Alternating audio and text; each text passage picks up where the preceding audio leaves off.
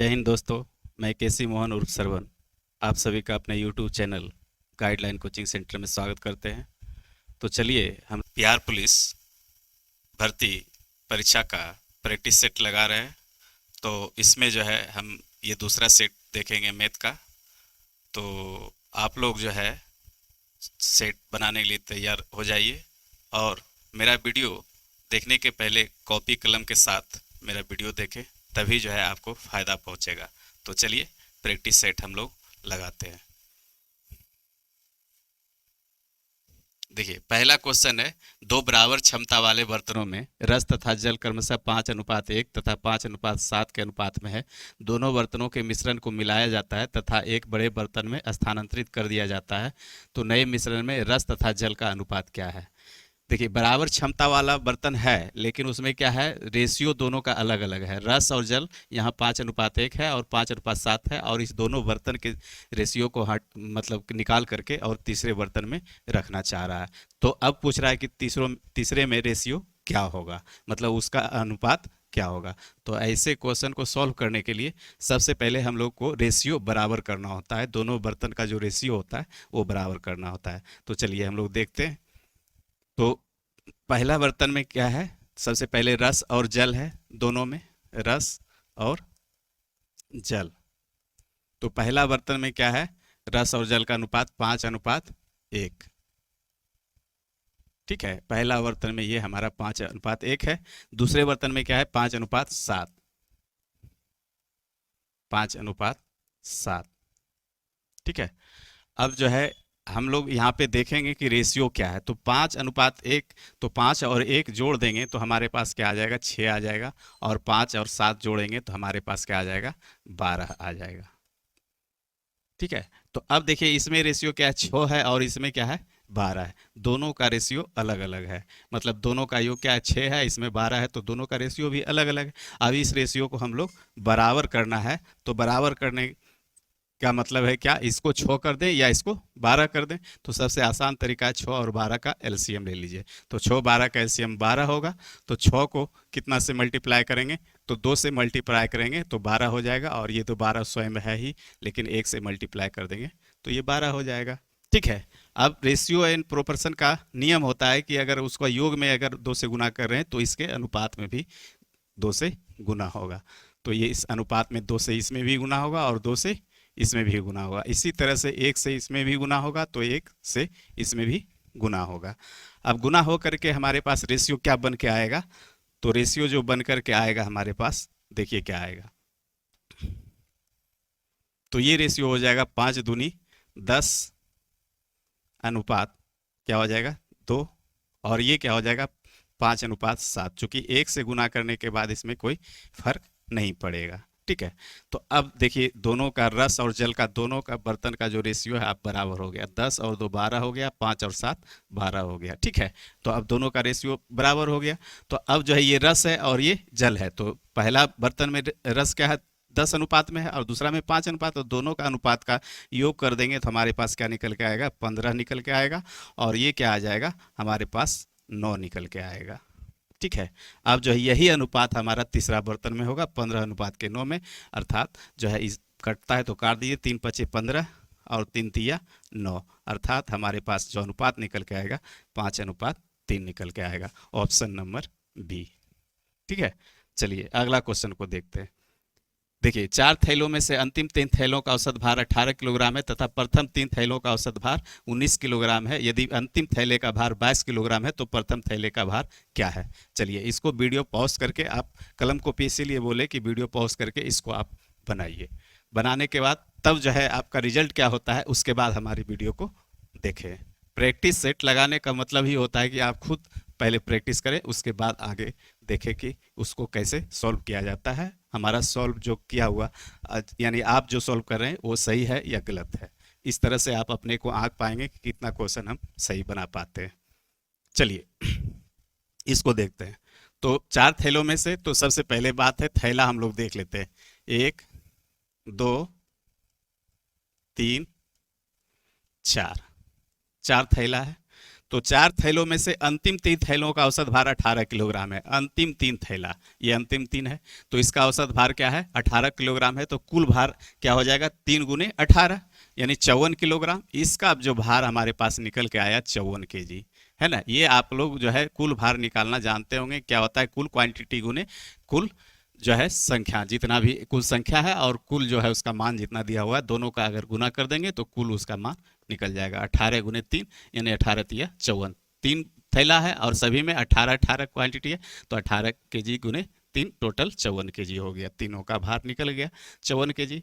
अब चलिए अगला क्या कहता है, तथा प्रथम 3 थैलों का औसत भार। तो प्रथम 3, तो ये प्रथम 3 है, इसका औसत भार क्या है 19, तो 19 दिया 57। ये तीनों का भार जो है 57 केजी है आपके पास दिया हुआ, यानी 3 गुने 19 करेंगे तो ये हमारा 57 आ जाएगा। ठीक है, अब क्या कहता है, यदि अंतिम थैले का भार 22 किलोग्राम है, अंतिम थैले इसका भार आपके पास दिया हुआ है क्या है 22 केजी, तो पूछ रहा है क्या, तो प्रथम थैले का भार क्या है। इतना डाटा आपके पास है, ऐसे से आपको अंदाजा लगाना है कि प्रथम थैले का भार कैसे निकलेगा। ठीक है, तो सेकेंड थर्ड फोर का मान 54 केजी, तो 54 केजी में ये 22 केजी हट जाएगा, तो हमारे पास निकल जाएगा क्या, सेकेंड और थर्ड। ठीक है, सेकेंड और थर्ड निकल जाएगा। तो फर्स्ट सेकेंड थर्ड का मान 57 केजी, तो 57 केजी यानी फर्स्ट सेकेंड थर्ड में से सेकेंड और थर्ड माइनस कर देंगे तो हमारे पास फर्स्ट का मान निकल जाएगा आसानी से। तो होगा क्या, तो सेकेंड थर्ड फोर में से 4 हटा दीजिए, तो ये हमारे पास जो बच के आएगा सेकेंड और थर्ड बच के आएगा, अर्थात 54 केजी में से 22 केजी हम लोग माइनस कर देंगे तो हमारे पास क्या आ जाएगा, 4 में से 2 गया 2, 5 में 2 गया 3, यानी 32 केजी मान जो निकला सेकेंड प्लस थर्ड का मान निकला। ठीक है, सेकेंड प्लस थर्ड का मान, और फर्स्ट सेकेंड थर्ड का मान हमारे पास दिया हुआ है 57 केजी, तो ये 32 केजी यहाँ पे हम लोग माइनस कर दें तो हमारे पास निकल के जो आएगा फर्स्ट का मान निकल जाएगा। तो 7 में से 2 गया 5, 5 में से 3 गया 2, अर्थात 25 केजी, यानी फर्स्ट का मान जो था हमारे पास, फर्स्ट थैले का जो भार था 25 केजी था। तो इस तरह से आपका ऑप्शन नंबर डी। चलिए अगला क्वेश्चन देखते हैं। ये सिंप्लीफिकेशन है, आराम से इसको कर सकते हैं, अगर सिंप्लीफिकेशन करना जानते हैं तो सीधी सी सिंप्लीफिकेशन है, आप करें, इसको करके देख लें। देखिए इसमें कुछ नहीं है, 2 को 2 पर पावर 6 है, तो 2 को 6 बार गुना जब करेंगे, 2 दूनी 4, दूनी 8, दूनी 16, दूनी 32, दूनी 64, ये 64 आएगा आपके पास।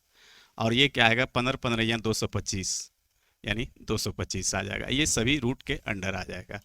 ठीक है, तो इसका मान हो जाएगा, आप जोड़ेंगे तो ये जाएगा हमारे पास 289, 5 9 6 2 8, है ना। और 289 का वर्गमूल अगर आप निकालना जानते होंगे तो 17 गुना 17 यानी 17 17 या 289, अर्थात इसका वर्गमूल निकल के आएगा 17, जो कि ऑप्शन नंबर ए है। चलिए आगे के क्वेश्चन। 2 रेलगाड़ियां 42 किलोमीटर प्रति घंटे तथा 84 किलोमीटर प्रति घंटे की गति से समान दिशा में चल रही है, जिनकी लंबाई क्रमशः 320 मीटर तथा 380 मीटर है। तेज गति वाली रेलगाड़ी धीमी गति वाली रेलगाड़ी को पार करने में कितना समय लगेगा, यानी सेकेंड में समय आपको पूछ रहा है, पार करने में समय क्या लगेगा। चलिए इसको वीडियो पॉज करके आप बनाइए।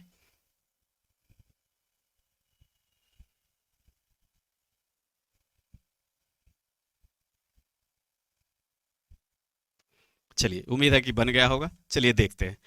तो ये 2 रेलगाड़ी 42 किलोमीटर प्रति घंटे और 84 किलोमीटर प्रति घंटे की चाल से चल रही है। देखिए यहाँ सबसे पहली बात है कि पार करना है। ठीक है, तो यहाँ पे है क्या, पार करेगा क्या, तेज गति वाली गाड़ी धीमी गति वाली गाड़ी को पार करना है। तो यहाँ पे देखिए, ये सपोज दैट हम मान के चलते हैं, ये जो है आपका धीमी गति वाली गाड़ी है। ठीक है, और ये हमारा जो है मान के चलते हैं ये फास्टर ट्रेन है। ठीक है, फास्टर ट्रेन है। अब यहाँ पे ध्यान दीजिए, धीमी गति वाली गाड़ी जो समान दिशा में चल रही है, ठीक है, धीमी और तेज दोनों समान दिशा में चल रही है, तो पार करना का मतलब क्या होता है, जब तक लास्ट बोगी आपका निकलता नहीं है किसी भी इंजन किसी भी रेलगाड़ी का, तब तक जो है पार नहीं माना जाता है। तो पार जब माना जाएगा कि इसका लास्ट बोगी ये जो है यहाँ पे चला आएगा, ठीक है, इसके इंजन से पार हो जाएगा। तो अर्थात इसको पार करने में ये दूरी, ठीक है, और प्लस ये दूरी, दोनों दूरी है इसको, ये फास्टर ट्रेन है, फास्टर है ये, और ये स्लोअर है। तो फास्टर को ये दूरी और ये दूरी, दोनों दूरी पार करना पड़ेगा, तब जाकर के वो पार होगा। ठीक है, क्योंकि समान दिशा में चल रहा है, यहीं पे हम लोग गलती करते हैं। तो फास्टर ट्रेन का जो है दूरी क्या होगा, पार करने के लिए, तो स्लोअर ट्रेन की लंबाई और प्लस फास्टर ट्रेन की लंबाई, दोनों लंबाई को पार करेगा फास्टर ट्रेन, तब जो है वो जो है पार माना जाएगा। तो ये एक बात हुआ। अब चलिए दूसरी बात, फास्टर ट्रेन तेज गति से चल रही है और स्लोअर ट्रेन क्या है, कम, उससे कम गति से चल रही है। तो सपोज दैट स्लोअर ट्रेन अगर 10 किलोमीटर प्रति घंटे की चाल से चल रही हो और फास्टर ट्रेन 20 किलोमीटर प्रति घंटे की चाल से चल रही हो, ठीक है, बातें को समझेंगे यहाँ से, बातें जब समझ जाएंगे तो कभी भी जो है आप गलती नहीं करेंगे। तो ये 10 किलोमीटर से स्लोअर चल रहा है और फास्टर 20 किलोमीटर से चल रहा है, तो पार करना है उसको, तो वो 10 किलोमीटर से चल रहा है और ये 20 किलोमीटर से चल रहा है, तो इस जो फास्टर ट्रेन का 20 किलोमीटर है वो क्या लग जाएगा, 10 किलोमीटर तो उसको मेकअप करने में लग जाएगा। उसकी गति भी 10 किलोमीटर है, वो भी तो रुकेगी नहीं, वो भी चलती रहेगी, ठीक है। तो ये 20 किलोमीटर प्रति घंटा जो इसका है, तो 10 किलोमीटर उसको पार करने में जो है उसके चाल को मेकअप करने में लगा देगा और 10 किलोमीटर जो बचेगा उसी चाल से ये स्लोअर ट्रेन को पार करेगी, ठीक है।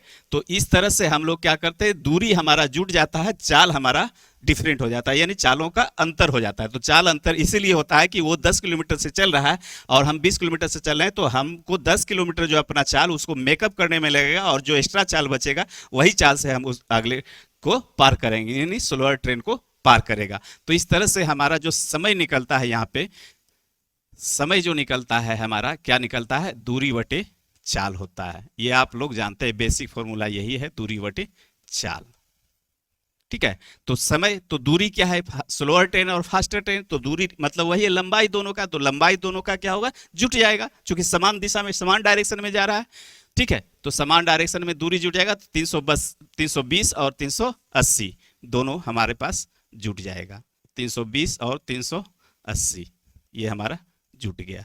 अब जो है बटे में क्या होगा, तो दूरी बटे चाल, तो चाल हमारा क्या है, एक फास्टर है 84 किलोमीटर और स्लोअर है 42 किलोमीटर, तो 42 किलोमीटर तो उसको लग जाएगा क्या है, मेकअप करने में। तो हमारे पास जो फास्टर ट्रेन का चाल बचेगा वो 42 किलोमीटर से ही उसको पार करेगा। तो इस तरह से यहाँ पे हम लोग इसीलिए जो है इसको माइनस कर देते हैं, 84 माइनस 42, 320 और 380 जोड़ दीजिएगा तो ये हमारे पास निकल के आएगा 700, और 84 माइनस 42 कीजिएगा तो ये 42 हो जाएगा।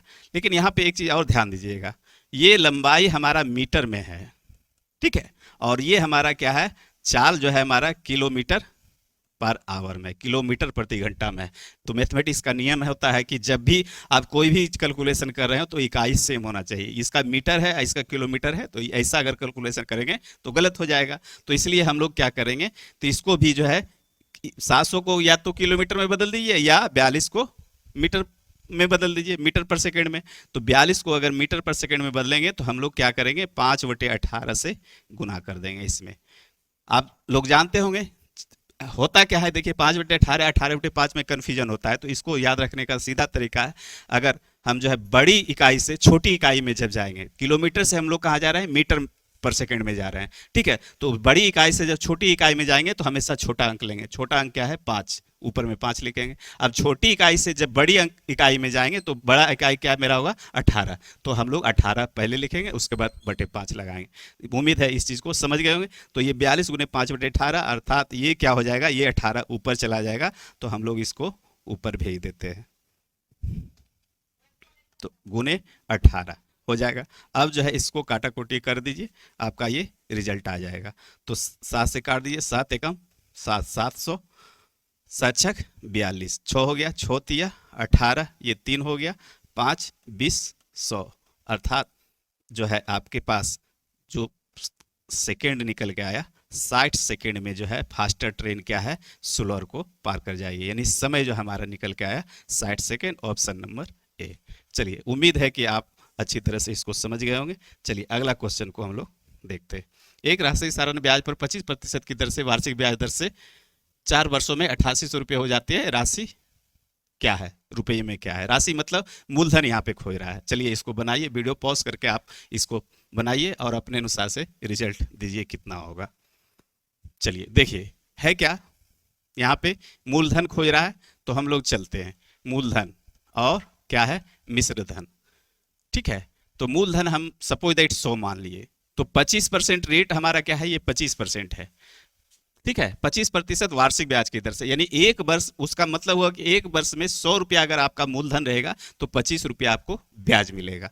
तो हमारा ब्याज क्या हो जाएगा, तो 4 वर्ष है, 4 वर्ष तक हमने दिया, तो 100 रुपया का अगर ब्याज हम लेना चाहें तो 100 रुपया का ब्याज हमारे पास 100 रुपया निकल के आ जाएगा 4 वर्ष में। 4 वर्ष में, एक वर्ष में 25 रुपया, तो 4 वर्ष में 100 रुपया निकल के आएगा, और प्लस हमारा 100 रुपया मूलधन था, तो दोनों जुट करके हमारे पास क्या हो जाएगा, 100 + 100 अर्थात 200। अर्थात मूलधन और जो है मिश्र धन का रेशियो हमारे पास निकल के आ जाएगा 100:200। अगर इसको हटा दें 2 जीरो को, तो हमारे पास निकल के आ जाएगा 1:2। तो हमारे पास क्या है, तो अब जो है मिश्रधन 2 है और मूलधन 1 है, यानी इसी रेशियो में चलेगा। तो अनुपातिक 2, यहाँ पे मिश्रधन का मान अनुपातिक 2 है, और वास्तव में क्या है हमारे पास 8800 है, तो इसका मान वास्तव में 8800। इसलिए अनुपातिक 1 बराबर हमारे पास क्या निकल के आया, 4400। अर्थात अनुपातिक 1 बराबर निकल के आया 4400। अनुपातिक 1 मतलब मूलधन, अनुपातिक 1 मतलब मूलधन, अर्थात मूलधन हमारा क्या था, 4400 रुपये था। यही आपका उत्तर हो गया। तो इस तरह से आप जो है बिना जो है यहाँ पे फॉर्मूला लगाए हुए भी हिसाब को रेशियो एंड प्रोपोर्शन से उड़ा सकते हैं। 4400 रुपया आपका ऑप्शन नंबर ए। चलिए अगला क्वेश्चन। एक वस्तु का क्रय मूल्य 360 रुपया, यदि लाभ प्रतिशत 32% हो तो लाभ का मान क्या है। इससे ये तो सीधी सी बात है, आप उम्मीद है कि बना लेंगे, बनाइए। कुछ नहीं, क्रय मूल्य 360 है तो 32% लाभ है, तो 360 का ही, चूंकि हम लोग लाभ जब भी लेते हैं तो क्रय मूल्य पे लेते हैं ना, तो 360 का 32% निकाल दीजिए, वही आपका जो है लाभ हो जाएगा। 1 0 1 0, इसको आप गुना कर दीजिए, चूंकि साफ कटेगा नहीं, 2 × 5 = 10, 2 × 16 = 32, काटेंगे भी तो साफ नहीं कटेगा। ठीक है, तो अब इसको गुना कर दीजिए। तो गुना करने के बाद आपको आपके पास क्या आएगा, 11 5 2 बटे 10 आ जाएगा, अर्थात 115.2 रुपये। लाभ आपका 115.2 रुपये, यानी सी, यानी कि 115 रुपये 20 पैसे। ये आपका ऑप्शन नंबर सी। चलिए अगला क्वेश्चन। रोहित 450 रुपये की एक गेंद खरीदता है तथा उसे बेच देता है। रोहित ग्राहक को 20% तथा 5% की 2 क्रमिक छूट देता है। गेंद का विक्रय मूल्य रुपये में है। ठीक है, ये आपका रोहित का क्या है, ये क्रय मूल्य है, सीपी है, कॉस्ट प्राइस है, और वो 20% 5% तो बट्टा दे करके ग्राहक को बेच देता है। यानी कि ग्राहक को वो क्या है, 450 रुपये में खरीदा, लेकिन जो है ग्राहक को कम में बेचेगा, बट्टा दे करके बेच रहा है, यानी छूट दे करके बेच रहा है, तो कम में बेचेगा। चलिए इसको बनाइए, अब वीडियो पॉज करके अब इसको बना करके देखिए क्या होता है। चलिए उम्मीद है कि आपका बन गया होगा। अब हम जो है आगे देखिए क्या होता है। तो 450 रुपये, अगर 100 रुपये में वो बेचता तो 20% बट्टा देता, तो 100 का 20% निकल जाएगा, तो वो बेचेगा कितना में, 80/100 में बेचेगा। फिर 5% का अगर बट्टा देगा तो फिर क्या बचेगा, 95/100 में बेचेगा, और गुना कर दीजिए, और 450 रुपया उसका क्या है, क्रय मूल्य है, यही उसका विक्रय मूल्य निकल जाएगा। ये इसको कैलकुलेट कर दीजिए आप, जो है ये हिसाब आपका बन गया। उसका विक्रय मूल्य 450 का 80/100 गुने 95/100, ये भी फॉर्मूला से ही निकला है। 100 रुपया अगर क्रय मूल्य है हमारा तो 80 रुपया विक्रय मूल्य है। एक एक नियम में जाइएगा तो 100 रुपया अगर हमारा क्रय मूल्य है तो 80 रुपया विक्रय मूल्य हो जाएगा। ठीक है, तो उसी तरह से 450 रुपया अगर मेरा जो है क्रय मूल्य है तो 80/100 गुने 450, उसी तरह से एक दूसरा है। ठीक है, तो इसको आप गुना भाग कर दीजिए, ये 2 0 2 0 काट दीजिए, तो हमारे पास अब फिर काट दीजिए, 5 20 100, अब 5 9 45, 2 10 20, 2 चौके 8, अब पूरा पूरी कटेगा, हाँ कट जाएगा, 5 दूनी 10, 5 19 95, 2 दूनी 4। अब कर दीजिए गुना, 9 दूना 18, 18 9 62 से 2, बाकी हाथ में 16, और 18 1 18 6 24, और 10 34, यानी कि 342 रुपये जो है उसका विक्रय मूल्य, यानी सेलिंग प्राइस निकल के आया 342 रुपये, यानी ऑप्शन नंबर ए। ठीक है, तो इस तरह से हम लोग जो है हिसाब को बनाते हैं। चलिए अगला क्वेश्चन। 18 लड़के एक कार्य को 24 दिन में पूरा कर सकते हैं। यदि 6 लड़के 12 दिन के पश्चात कार्य छोड़कर चले जाए तो शेष कार्य को पूरा करने में कितने समय लगेंगे। चलिए इसको बनाइए, वीडियो पॉज करके बनाइए, फिर हम जो है आगे देखते हैं। देखिए होता है क्या, ऐसे हिसाब को आप जब लड़का या आदमी या वोमेन ये सब आ जाए और काम करे और फिर कुछ चला जाए, ये फिर या आ जाए, या आप सैनिक के लिए भी आता है, तो ऐसे सब हिसाब को आप एक हमेशा फॉर्मूला याद रखिए, एम डी एच मसाला को हमेशा याद रखिए। एम फॉर मैन, ये मैन हो गया, डी फॉर डेज, इसको इंग्लिश में ही लिख देते, एम फॉर मैन है ना, D for days, H for hour, ये घंटा, ठीक है, hours, days, man, M man, ठीक है। तो ये चीजें हमेशा आप याद रखिए। एमडीएच पे ऐसा जब हिसाब आए, लड़का या आदमी इतना करता है, उतना जाता है, उतना आता है, तो ये हमेशा एमडीएच फॉर्मूला पे होता क्या है, मेन 1 D1 H1 बराबर M2 D2 H2, दो रिलेशन रहेगा, एक पहला जो कि कार्य कर रहा है, अब फिर दूसरा जो हमको निकालना होता है, यानी दूसरा आदमी आएगा जाएगा या इसी से, यही दो रिलेशन से हम लोग सब कुछ निकाल लेते हैं। एक चीज और होता है इसमें, अगर आगे देखेंगे तो वर्क 1 बटे वर्क 2, ऐसा भी होता है। एक काम होता है, एक काम, दो काम, तीन काम, इस तरह से आधा काम किया या छोड़ दिया या ये किया, तो इस तरह से हम लोग, तो इसी फॉर्मूले पे हम इसको उड़ाएंगे।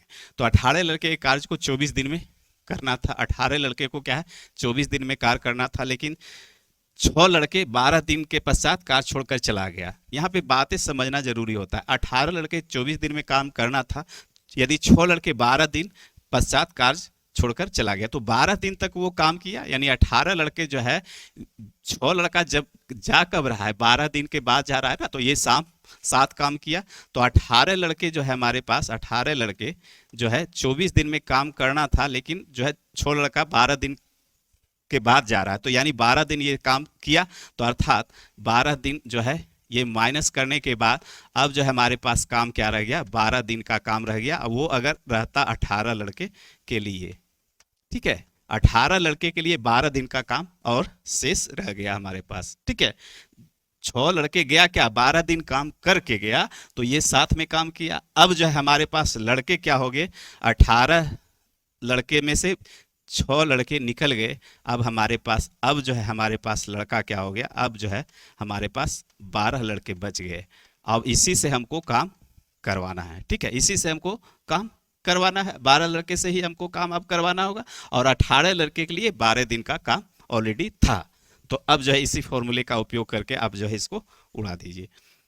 तो करना क्या है, तो पहला क्या है, 18 लड़के 12 दिन के लिए, तो मैन क्या है 18 और दिन क्या है 12, तो 18 गुने 12, ठीक है, और डे तो हो गया, मैन हो गया, आवर नहीं है तो आवर नहीं लिखेंगे, ठीक है।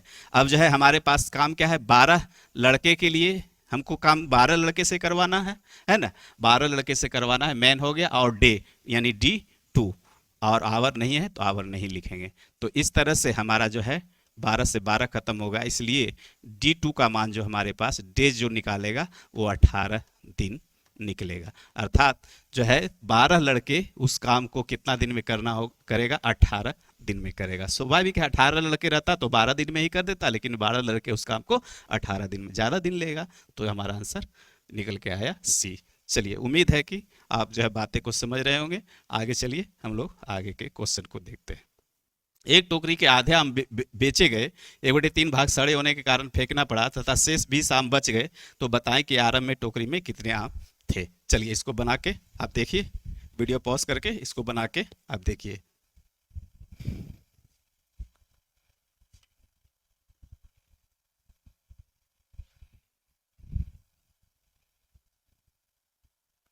चलिए, उम्मीद है कि बन गया होगा, ठीक है। तो चलिए इसको देखते हैं। शेष, ये यहाँ पे रिमेनिंग का फॉर्मूला आप लगा दीजिए तो आसानी से बन जाएगा।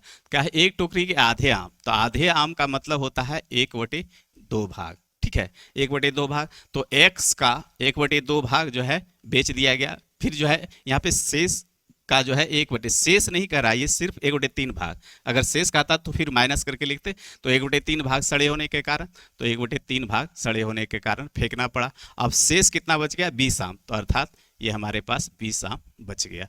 तो इसलिए x का मान हमारे पास निकल के क्या आ जाएगा, 20 गुने 2 गुने 3 गुने, यानी 20 छक 20 से 120 आम टोकरी में प्रारंभ में था। इसमें कुछ है नहीं, ये सब चीज़ें आप जाने समझेंगे तो आसानी से बनते चला जाएगा। चलिए अगला क्वेश्चन। एक आयत के विकर्ण की लंबाई चौड़ाई क्रमशः 29 सेंटीमीटर और 20 सेंटीमीटर है, तो इसका परिमाप सेंटीमीटर में ज्ञात करें। चलिए इसको बना के देखिए वीडियो पॉज करके, तब तक हम जो है इसका फिगर आप लोग के पास बना लेते हैं।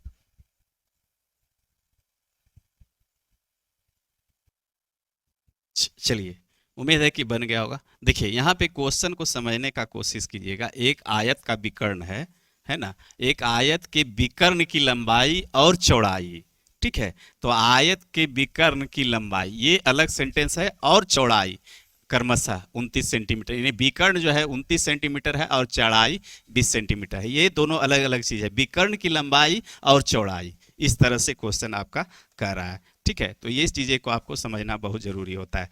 तो विकर्ण की लंबाई 29 सेंटीमीटर, तो विकर्ण हमारा क्या हो गया, यही विकर्ण हो गया आयत का 29 सेंटीमीटर, ठीक है। और चौड़ाई, चौड़ाई मीन्स हो गया ये चौड़ाई, तो ये चौड़ाई क्या है आपका 20 सेंटीमीटर है और ये 20 सेंटीमीटर है। तो पूछ रहा है कि आयत का परिमाप, परिमाप मतलब चारों बगल का घेरा जो है कितना होगा आयत का, ठीक है। तो यहाँ पे आप जो है आप लोग जानते होंगे ये 90 डिग्री का कोण बनता है, ये 90 डिग्री का कोण बनता है, ये 90 डिग्री का और ये 90 डिग्री का। तो ये क्या हो गया, समकोण त्रिभुज हो गया। तो समकोण त्रिभुज का ये कर्ण हो गया, ये आधार हो गया, ये लंब हो गया। तो आयत की लंबाई, तो आयत की लंबाई बराबर,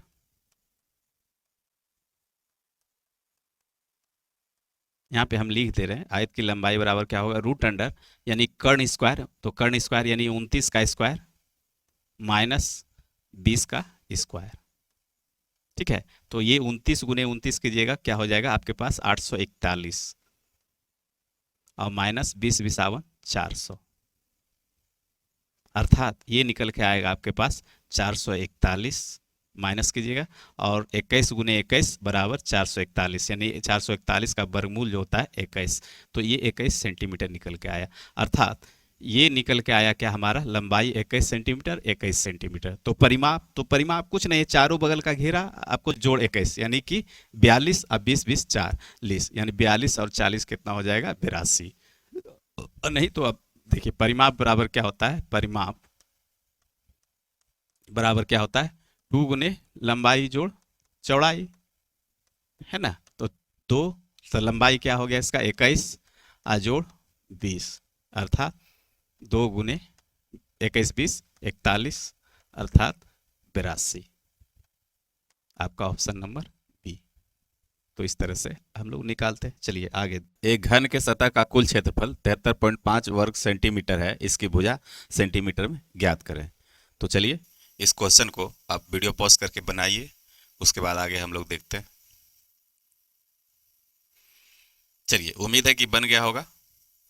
तो इसमें है क्या, घन के सतह का कुल क्षेत्रफल दिया हुआ है, तो आप लोग को पता होगा घन का सतह का पृष्ठ क्षेत्रफल, पृष्ठ क्षेत्रफल बराबर आपको पता अगर होगा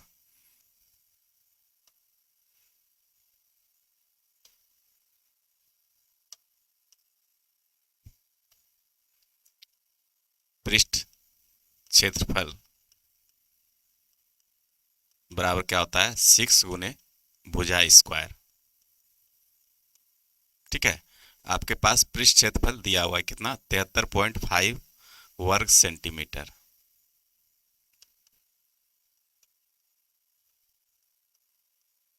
6 गुने भुजा स्क्वायर। अब ये 6 को लाइएगा तो ये गुना में है तो ये भागा में आ जाएगा नीचे। अब भुजा स्क्वायर है, स्क्वायर का मतलब रूट अंडर, अर्थात 73.5 बटे 6 हो जाएगा, ठीक है। भुजा स्क्वायर यानी कि रूट अंडर, यहाँ स्क्वायर है तो इधर आकर के रूट में आ जाएगा वो, बराबर भुजा। चलिए अब इसको क्रियाक्रम कर दीजिए। 73.5, तो पॉइंट को हटा करके यहाँ पे एक जीरो लगा दीजिए और ये हो गया आपका रूट अंडर। अब चलिए अब इसको क्या करते हैं, हम लोग 5 से काट देते हैं, 5 12 60, 5 एकम 5, बच गया 2, 5 चौके 20, अब 5 सते 35, अर्थात ये क्या हो गया 147 बटे 12 का रूट अंडर। अब इसको हम लोग क्या करते हैं, दशमलव में बदल लेते हैं, तो 12 एकम 12, दो 14, 12 दूना 24, फिर बच गया कि 24 3 27, 3 12 दूना 24 36, 12 25 60, यानी 12.25 ये हो जाएगा का रूट अंडर। तो इसको फिर दशमलव हटा दीजिए, तो ये निकाल दीजिएगा, 100 हो जाएगा नीचे, ठीक है। उसके बाद 1225 का वर्गमूल आपके पास निकल के आ जाएगा 35, और 100 का वर्गमूल 10, अर्थात 3.5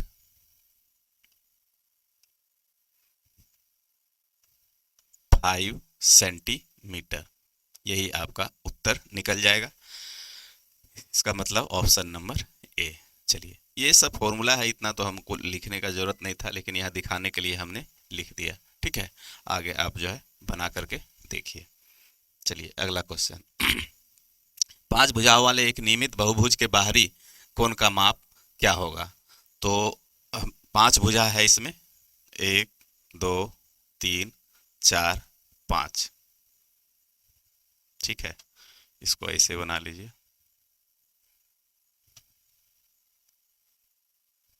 5 1 2 3 4 5 इस तरह का है। तो जो भी हो, बाहरी कोण जितना होता है, ये सभी बाहरी कोण जो होता है ये 360 डिग्री का होता है, ठीक है। तो 360 डिग्री अब बटे जितना भुजा रहे, यानी कि उसके बदले n, यानी n जो है भुजा की संख्या है, 360 डिग्री बटे n, अर्थात यहाँ पे क्या है, 5 भुजा है तो हम लोग 5 से भाग दे देंगे, तो क्या हो जाएगा, 5 सते 35, 5 दूना 10, अर्थात 72 डिग्री। Option number A. चलिए अगला क्वेश्चन देखिए। 1.6 पर रेकरिंग है, आवर्त है का सरलतम रूप क्या होगा? चलिए इसको बना के देखिए आप लोग, उसके बाद हम लोग इसका सॉल्यूशन करते हैं। तो चलिए, कुछ नहीं है ये, चलिए आगे देखते हैं। 1.6 पर पावर नहीं सॉरी आवर्त है ये, यानी रेकरिंग बिंदु या एक लकीर खींच देते हैं तो आवर्त होता है। तो चूंकि एक हमारा पूर्ण संख्या है, ये पूर्ण रहेगा, और कितना है 6 पर आवर्त है, तो 6 बटे और आवर्त के लिए क्या दे देंगे 9, ठीक है। 3 दूना 6, 3 तिया 9, अर्थात 1.3/2/3, इस 1.2/3, चूंकि आपका पूर्णांक में उत्तर नहीं है, इसलिए जो है हम लोग 3 एका 3 और 2 5 पूर्णांक को तोड़ करके उत्तर दे देंगे 5/3। चलिए अगला क्वेश्चन बनाइए। इनमें से कौन सी सबसे बड़ी संख्या है? √2 घनमूल 3 और √4 घनमूल 5, यानी वर्गमूल 2 घनमूल 3 वर्गमूल 4 घनमूल 5, इनमें से कौन सी सबसे बड़ी संख्या है? तो चलिए देखते हैं। सबसे पहले इसका पावर को देखते हैं। तो घनमूल ये वर्गमूल 2 है, इसका पावर हम लोग लिख सकते हैं 2 पर पावर 1/2। घनमूल 3 है, इस पर लिख सकते हैं 3 पर पावर 1/3, ठीक है। 4 पर वर्गमूल का मतलब 1/2, इसी तरह 5 पर पावर 1/3 हो जाएगा हमारा। इस सभी का पावर हम लोग इस तरह से लिख सकते हैं। ये वर्गमूल है, यानी स्क्वायर रूट है, तो इसका पावर 1/2 होता है, और ये क्या है, क्यूब रूट है, तो इसका पावर 1/3 होता है। अब चलिए 1/2 1/3 1/2 1/3 है, तो सभी के जो घात में बटे है 2 3 2 3, इसका सभी का लॉसो ले लीजिए। तो लॉसो 2 और 3 का लॉसो निकाल लीजिएगा, तो आपके पास क्या आ जाएगा, 6 आ जाएगा, ठीक है। और सभी को यहाँ पे घात में इस 6 से गुना कर दीजिए, इस 6 से गुना कर दीजिए, तो होगा क्या, 2 तिया 6, 3 दूनी 6, 2 तिया 6, 3 दूनी 6, अर्थात हमारे पास जो निकल के आएगा अब क्या होगा, संख्या 2 पर पावर 3, और ये हो जाएगा 3 पर पावर 2, और ये हो जाएगा 4 पर पावर 3, और ये क्या हो जाएगा हमारे पास 5 पर पावर 2।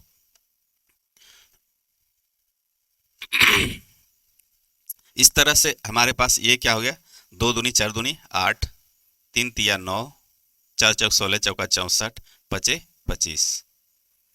इस तरह से अब आप देख सकते हैं कि सबसे बड़ी ये सॉरी यहाँ पे 64 होगा। सबसे बड़ी संख्या जो निकल के आया हमारे पास 64 निकल के आया।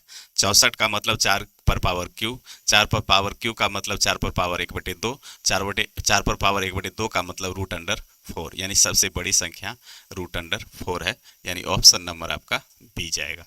चलिए अगला क्वेश्चन। ये सिंप्लीफिकेशन है, कर दीजिए सिंप्लीफिकेशन, आराम से आप लोग कर सकते हैं। चलिए वीडियो पॉज करके इसको जो है सिंप्लीफिकेशन कीजिए। देखिए यहाँ पे क्या है, 13 गुने 49/3/2 है। इसको हम लोग लिख सकते हैं 7/2 गुने 3/2। ठीक है, 13 गुने 7, 49 को 7 7/2 फिर पावर 3/2। तो आप लोग जानते होंगे पावर पावर आपस में गुना होता है, तो 2 गुने 3/2 अर्थात 2 से 2 खत्म हो जाएगा। इसको 13 गुने 7/3 यानी इसको 49 343 हो जाएगा। और 343 को गुना कर दिए 33 के 9 बाकियत में 4 और 53 4 33 के 9 बाकियत में 3 53 3 55 के 5 बाकियत में 5 33 5 जो है 44, यानी यही आपका उत्तर आ जाएगा 44 59, ऑप्शन नंबर सी। चलिए अगला क्वेश्चन देखते हैं हम लोग।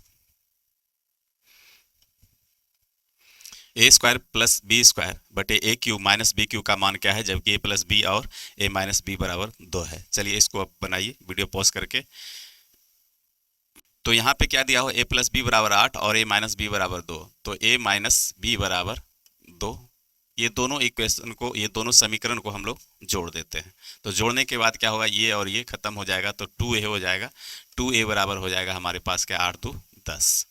ठीक है, तो इसलिए a बराबर यहाँ से निकल जाएगा हमारे पास क्या, 2 5 10 अर्थात 5। ठीक है, a बराबर 5 निकल गया, तो b का मान हम जो है यहाँ से आप आसानी से निकाल सकते हैं। क्या हो जाएगा, तो 8 - 5 बराबर 3। और ये दोनों मान जो है आप इसमें, ये व्यंजक जो दिया हुआ है इसमें रख दीजिए। ठीक है, इसमें रख देने के बाद आराम से निकल जाएगा। तो क्या निकलेगा, तो a का मान 5 है, 5 5 25, 5 5 25 यानी कि 5 का स्क्वायर हो जाएगा तो 25, अब माइनस नहीं प्लस b का स्क्वायर यानी कि 3 का स्क्वायर 9 हो जाएगा। अब बटे क्या हो जाएगा, फिर a का क्यूब यानी 5 का क्यूब, 5 का क्यूब का मतलब 125 माइनस 3 तिया 9 तिया 27, 3 का क्यूब 27 अर्थात 25 9 हो जाएगा आपके, 9 5 14 34 और 125 में 27 चला जाएगा यानी कि 25 27 यानी कि ये हो जाएगा 98। ठीक है, 98। अब इसको 2 से काट दीजिए, 2 चौके 8 और 1 2 नमा 18, 49 दूनी 98, 17 दूनी 34, यानी आपके पास निकल के आ गया 17/49। अब इसको जो है दशमलव में आप बदल दीजिए। दशमलव में बदलने के बाद कितना हो जाएगा, इसका आंसर जो निकल कर आएगा आपका 0.347। इसको दशमलव में बदलने के बाद जो आपका निकल के आएगा 0.347। ठीक है, चलिए अगला क्वेश्चन को हम लोग देखते हैं। गाड़ी के ड्राइविंग पहिए का व्यास 154 सेंटीमीटर है। 33 किलोमीटर प्रति घंटे की गति रखने के लिए पहिए का रेवोल्यूशन प्रति मिनट आरपीएम की गणना करें। यानी कि एक यहाँ पे एक पहिए का व्यास है, गाड़ी के ड्राइविंग पहिए का मतलब गाड़ी जो है नीचे का जो पहिया होता है आगे वाला, उसका 154 सेंटीमीटर व्यास दिया हुआ है और 33 किलोमीटर प्रति घंटे की गति यानी उसको हमको 33 किलोमीटर प्रति घंटे की चाल से चलाना है। तो कहता है कि रेवोल्यूशन यानी प्रति मिनट आरपीएम यानी कि पहिया जो है कितना राउंड मारेगा 1 मिनट में, ये हमको बताइए। तो चलिए इसको आप बनाइए, तब तक हम जो है इसका पहिए का फिगर हम बना लेते हैं। यही आपका पहिया है और इसका ये व्यास है। ठीक है,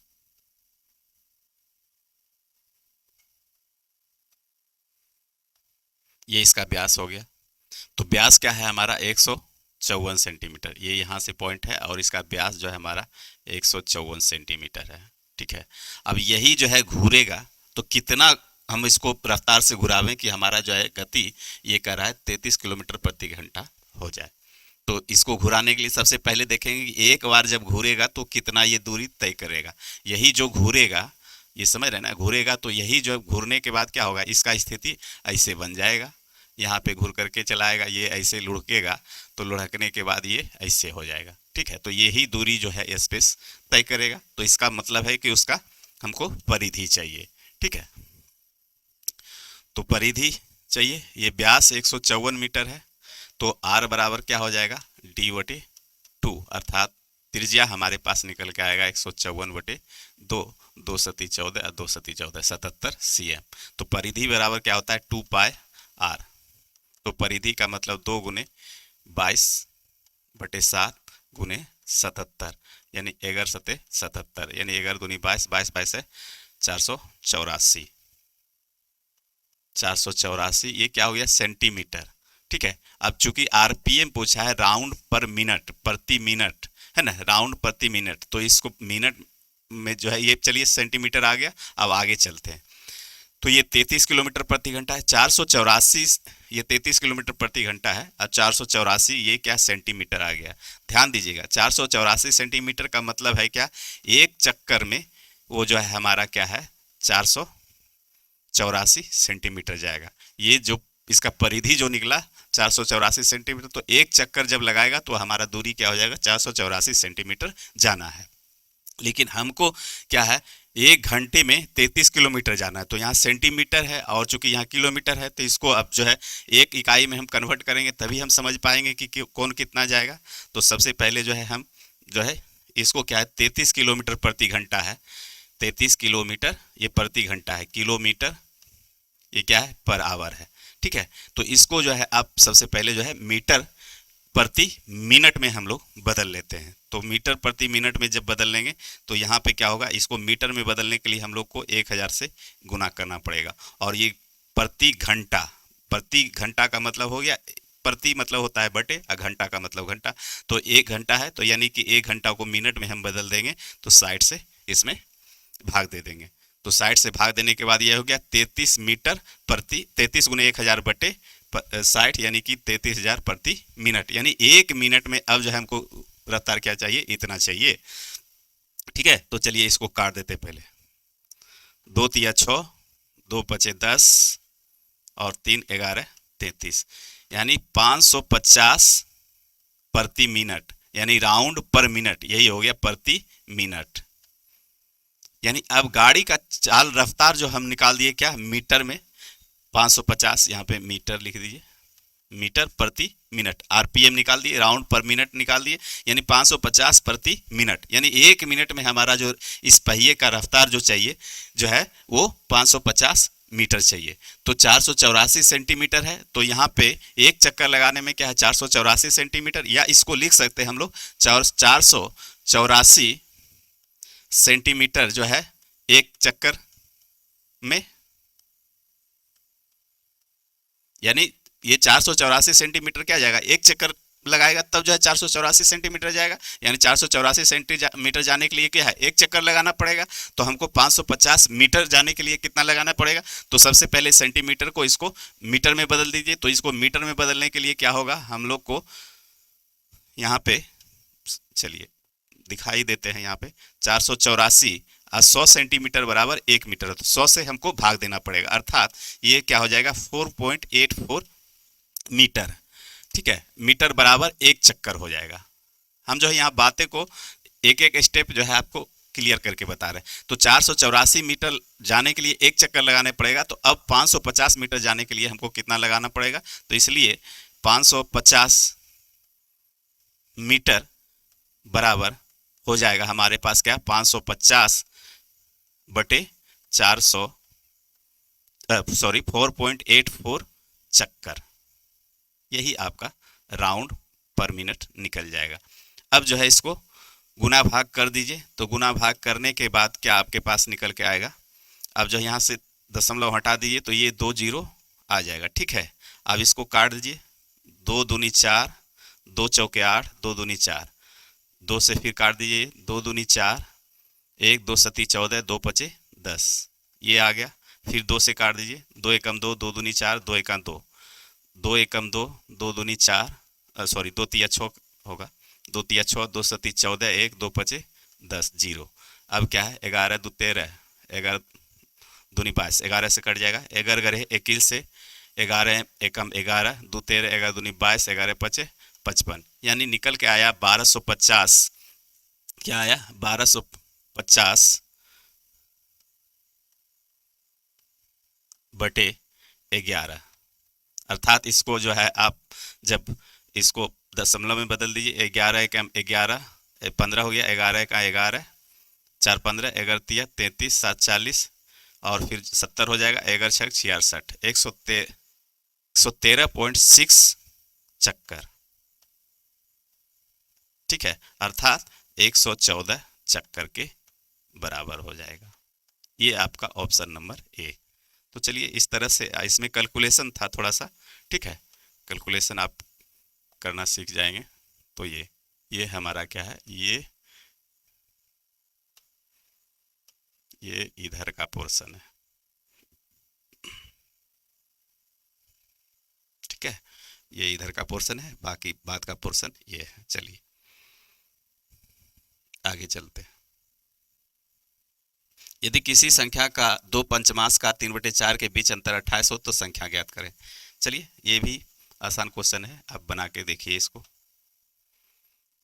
किसी संख्या का 2 पंचमांश, यहाँ पे ध्यान दिएगा, 2 पंचमांश, संख्या का 2 पंचमांश मतलब 5वां हिस्सा, 2 का 5वां हिस्सा 2/5 हो जाएगा और 3/4 यही है। इस दोनों के बीच का जो डिफरेंस है 28 है। तो इसको रेशियो एंड प्रोपोर्शन से भी आप बना सकते हैं, नहीं तो जो है डायरेक्ट इसको उड़ा दीजिए। क्या है, तो हम संख्या मान लिए x, तो x मान लेंगे तो x का 2/5 हो जाएगा, x का 3/4। तो बड़ा कौन है, तो बड़ी ये है और छोटा ये है, तो दोनों के बीच यानी बड़ा में से छोटा घट जाएगा। 3x/4 माइनस 2x/5 बराबर क्या हो जाएगा, हमारे पास 28 हो जाएगा।